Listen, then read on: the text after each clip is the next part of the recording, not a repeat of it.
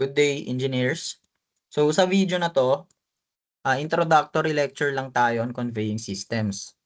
So when we say conveying systems, no, ito yung mga systems na ini-install natin sa mga structures to move people or objects, may that be vertically or horizontally, no. And ito guys, parte siya ng MEP, specifically our mechanical systems. So expertise to ng mga mechanical engineers. So in this video, we will only be introducing your elevators, escalators, yung mga lifts, etc. Na most likely familiar naman na kayo. Okay? Sige, start tayo guys sa elevators. So ito yung ginagamit natin to move people or freight vertically from one floor to another. So alam nyo naman na to, no? Ngayon, discuss natin yung dalawang klase ng elevator based on its mechanism. So kung paano siya napapagalaw. Una, we have the hydraulic elevator. So gumagamit tayo dito ng fluid-driven hydraulic jack para maiangat yung elevator car. So pine-pressurize natin itong cylinder na to para magkaroon ng puwersa para maiangat yung car. And we do this by drawing fluid or oil from the reservoir. Ayan. Then tinutulak natin yung oil from the line to the jack, no? So ganun siya nape-pressurize. Next, you also have your traction elevator, wherein nakakabit lang yung elevator car natin sa cable. And then, meron tayong pulley tsaka an electric motor na nagpapaikot sa drive shaft natin para mahila pataas yung cable. And, syempre, consequently, aangat din dyan yung elevator car natin. Okay? Ngayon, proceed naman tayo sa mga klase ng elevators based sa gamit. So, base sa kung ano yung binubuhat. Okay? So, first, we have the passenger elevators. So, ito yung nagbubuhat ng mga tao tsaka small packages daw. So, when we go to hotels, condominiums, commercial establishments, hospitals, or any large structures, no? So, ito yung sinasakyan natin to move from one floor to another para hindi na tayo gumamit ng hagdan. Okay? So, dito guys, as much as possible, dapat yung interior ng elevator dapat nakakaayang tingnan, no? Dapat aesthetically pleasing siya. Okay? Next, you also have your freight elevators. And ginagamit naman to carry the following. Basta ito guys, pang malalaki siya or pang mabibigat, no? And hindi siya intended to carry passengers or people. O, pang freight lang talaga siya, no? Pero syempre minsan, kailangan lang na merong mag-accompany sa freight na tinatransport tulad nung nakikita nyo sa figure. So si freight elevator, typically installed siya guys at the back end of the structure, not visible to people. Okay? And of course guys, because of its purpose, no, since nagkikerry nga siya ng mabibigat, no, so kailangan dapat matibay siya. Kailangan sturdy. Okay? So we also have your dumb waiters. So intended naman to carry small or lightweight freight. So hindi permitted na sakyan to ng mga tao kasi nga sobrang liit niya. Siguro kahit kasya ka dyan, no? So wag mong gagawin kasi delikado. So kwentuhan ko lang kayo onte no regarding the name na dumb waiter. So dati-rate, yung mga mayayaman, nangangailangan yan ng mga servants to give them or hand them what they need. Such as yung mga pagkain and yung mga ibang bagay na nakalista dito, no? Pero for instance, pagka kumakain sila, gusto kasi ng mga mayayaman na may privacy sila, no? So ayaw nila na nandyan yung mga servants nila constantly. And then, yung mga kitchen din dati, no? Typically located sila sa baba. And so, gumamit sila ng lifts, no? Para matransport yung meals. And kumbaga, etong lift na to, it acted like a waiter. Tapos since wala namang imik yan, tinatawag siyang dumb, no? Hindi siya makapagsalita. Hence, the name na dumb waiter. Okay? Share ko lang guys. Lastly guys, you have the man lifts. And installed dito at various structures, no? Such as your telco towers, wind turbines, or yung mga windmills, sa mga minahan, sa mga dams, sa mga industrial facilities, ganon. So, man lift guys, are for people, no? Kaya lang, dapat authorized na tao ka. Okay? Ibig sabihin, etong mga man lift, nagagamit lang siya ng mga may access dun sa structure. Okay? O, next naman natin na conveying system is your escalators. So, ito naman, ginagamit talaga siya to transport people from one floor to another. Pwedeng ipwesto to at the same physical space as the stairs, no? Tapos, contrary sa elevators, walang waiting time interval sa escalators. Kasi, continuously gumagalaw yan, di ba?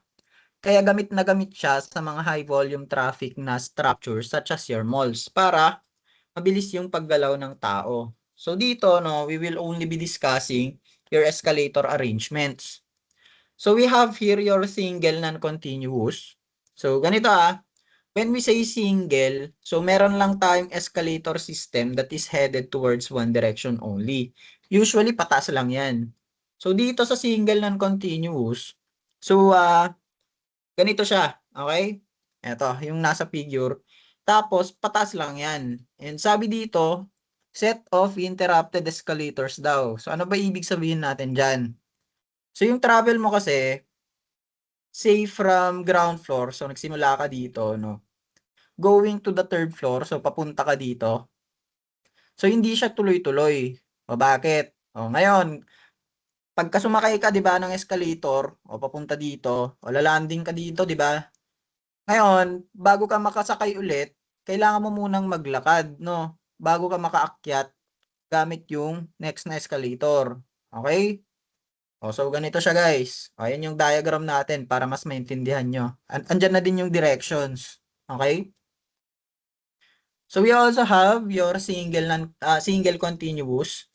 So single lang ulit ibig sabihin one direction lang, typically pataas, no? So dito nagsisigsag yung travel mo going up. Kasi ganito yung ganito yung magiging arrangement ng escalators natin Okay? So continuous to guys kasi after you get off the landing dito, ayan dito, nandyan agad-agad yung escalator na paakyat papuntang next na floor. Okay? So ganito siya. Ayan, para mas maintindihan nyo. Proceed naman tayo sa mga paired na arrangements natin. Ibig sabihin, meron na tayong escalator system that goes both ways, no? Pataas tsaka pababa. So first, we have the crisscross. So arrange yung mga escalators as such, no? Ito. Parang meron tayong dalawang single continuous system dito. Okay? So dito, sabihin natin na dito sa right, alternating yung natin, direction natin. Okay? Ito na nga. Ito, yung parang nasa harap na escalators. Ito, di ba nag-iiba yung directions? Ayan yung ibig sabihin ng alternating. Okay? Ganun yung crisscross guys So, ito maganda siya for space efficiency. So, magandang example nito guys is sa SM City Baguio, no? Dun sa may likod na part papunta sa parking. Ngayon, ang problema lang dito, minsan nakakalito siya. Okay? Next, we have your continuous parallel. So, consisting siya of two single continuous escalator systems na pinagtabi, no? So, yung isa, sabihin natin dito sa right, dito, pataas, okay? And then, yung left naman, sabihin natin dito, ito yung nasa left, is pababa, okay? Ganun siya, So, eto guys, malakas siya mga inang space, no? Kasi nga, 'di ba, from the figure, no, nakikita mo na parang space for 4 escalators yung kailangan niya. Okay? Last, we have your non-continuous parallel. So, parang dalawang single non-continuous system to na pinagtabi, no?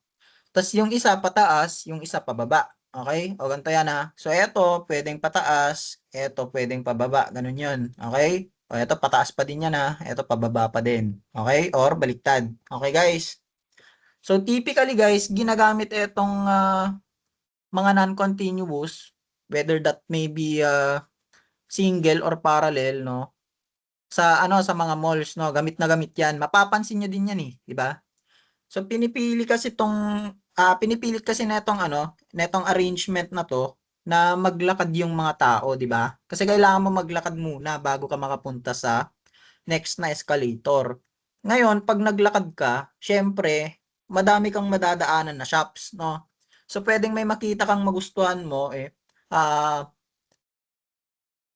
pwede kang ano, kumbaga mag-stop over papunta doon, no? Basically, okay siyang maging marketing strategy. O, ayun na yun. Okay? Tapos, maganda din yung space dito, di ba? O, ayan, parang dalawang space lang. I mean, dalawang space lang for escalators, no? Yung ino-occupy niya. O, now, proceed naman tayo sa mga walkways and ramps. So, first, we have the moving walkways. So, para siyang conveyor belt or flat na escalator. So, nagmo-move siya ng tao horizontally, no? So, nakakatulong to sa movement ng tao para mapabilis, especially sa mga malalawak na structures. So, eto guys, typically makikita nyo siya sa mga airports. Okay? Next, we also have the moving ramps, also called power ramps. So, moving walkways lang to guys, no, na inclined up to 12 degrees daw. So, example na ito is sa Pure Gold Lawag, no. O, meron din tayong mga lifts, no, para silang elevators in a way kasi vertical din to. So, first, we have your wheelchair lifts. From the name itself, ginagamit natin to lift an occupant on a wheelchair or scooter up a step or similar vertical barriers. Okay?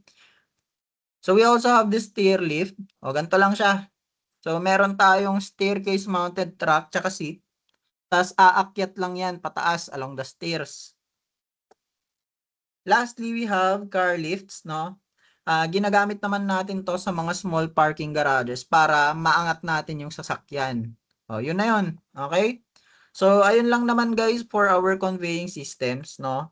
Again, introductory lang to Okay? O, sige na. Bye-bye.